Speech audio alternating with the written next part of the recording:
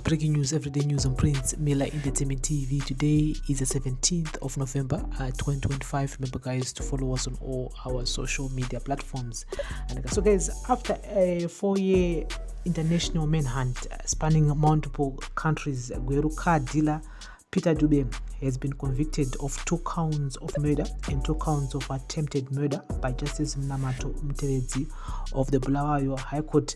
The court found that on the night of 22 April 2021, Dube unleashed unmitigated violence, killing Shoton Chiduku and Kamuchirai Madungwe and shooting Nyasha Naringo and Nyaradzo Naringo, leaving both women seriously injured. Nyaradzo later died from complications related to her injuries, a point the judge highlighted with concern. The violence was reportedly sparked by Dube accusing his friend Chiduku, a gold dealer based in Gwere, of having an affair with his girlfriend Nyasha. Justice Mutevddzi said the medieval ruthlessness with which the violence manifested was said to have shaken the usual sleepy town of Gweru. The judge dismissed Dube's claims that he had been suffering from mental illness at the time of the shootings, describing his defense as malingering, calculated, and unsupported by evidence. Following the shootings, Dube, who ran a popular car dealership in Gweru, fled Zimbabwe. The court judgment reveals for the first time the full details of his escape. Justice Munamato revealed that Dube fled Gweru on the same night with the help of his senior wife, Nometa Chawana. He crossed into South Africa, traveled through Eswatini, and assumed a false Mozambican identity before flying to Ireland, where he lived undetected for several years.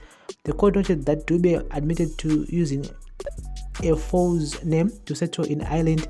His cover was eventually exposed, leading to deportation, first to Mozambique, where he was disowned, and then back to Zimbabwe. The judgment also outlined the events leading up to the attack. On the day of the murders, Nyasha Naringo and their sister Nyaradzo had traveled to Masvingo with their friends Shoton Chiduku and Kamuchirai Madungwe to collect a passport. When they returned, they found Dube had locked himself inside their apartment. Police briefly intervened but left, and the situation quickly escalated. Dube went downstairs, armed himself with a gun, and confronted Shoton and Kamuchirai in the car park. At point-blank range, he shot Shoton, killing him instantly. Kamuchirai attempted to flee but was shot and killed on the spot. Consumed by what the judge called an implacable rage, Dube then stormed upstairs. Justice Mutevddzi added, from very close range, he shot Nyasha. The bullet entered her cheek and exited the other side of her cheek. He then took aim at Nyaradzo. The bullet found its mark just above her right eye. Her eye was ruptured. Satisfied with his greasy handwork, the accused nonchalantly walked out and left the scene, which resembled a graveyard. Dube claimed he suffered from temporal lobe epilepsy and said he had no recollection of the shootings, arguing that he was mentally incapacitated at the time. However, Justice Mutevddzi found the testimony of state psychiatrist Dr. Nemache Mawere compelling.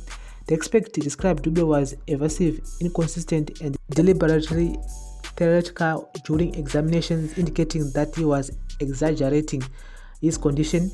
The court noted that Dube had orchestrated a sophisticated escape across several countries, maintained relationships with both wives, managed his business, and navigated foreign immigration systems, behaviors inconsistent with several mental illnesses.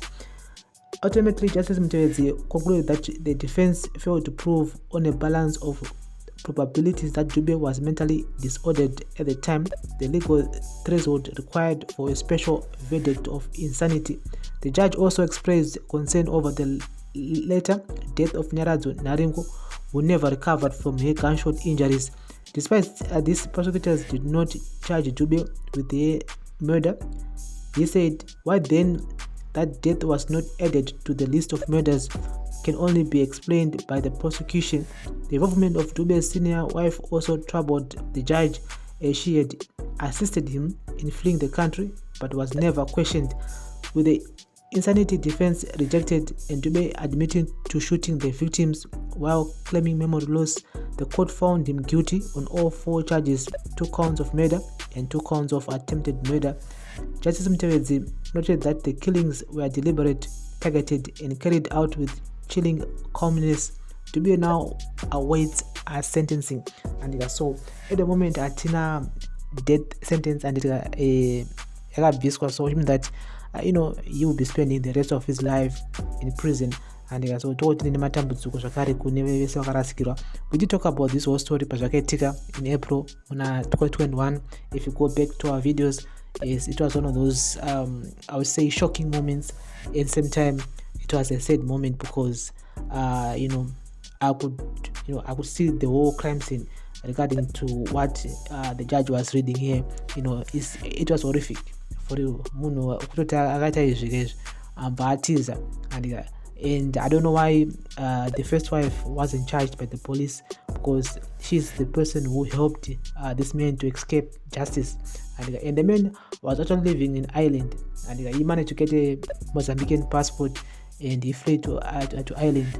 And why Gareko Kosaka Kutazo Batwa is because he was still in contact with the family back home, and he was also still managing his businesses while he was still in Ireland there. But anyway, the man deserves whatever he will get, and I'm not so happy because the